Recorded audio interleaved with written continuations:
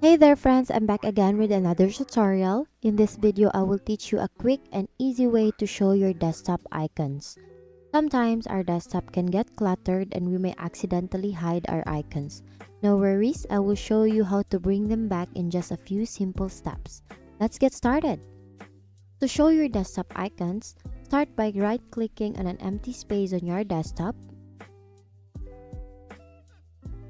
From the context menu that appears, hover over View to reveal different options. You'll see a list of options including Show Desktop Icons. If this option has a check mark next to it, it means your icons are currently visible. If it doesn't have a check mark, click on it to enable it, and your icons will appear on the desktop.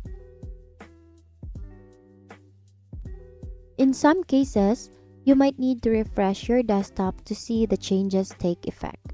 To do this, simply right-click on an empty space again and choose Refresh. Your icons will instantly be visible. So here are a couple of bonus tips to help you manage your desktop icons.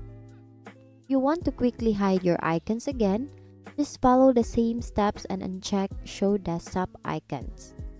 You can organize your desktop icons by dragging them into groups or folders, making it easier to find what you need. Thank you for learning with me today. I hope you found this tutorial helpful. Once again, thank you for watching how to show your desktop icons in Windows. Now you know how to show your desktop icons with ease and you can keep your desktop neat and organized. If you enjoy this video, give it a thumbs up and I'll be back soon with more valuable content, so stay tuned.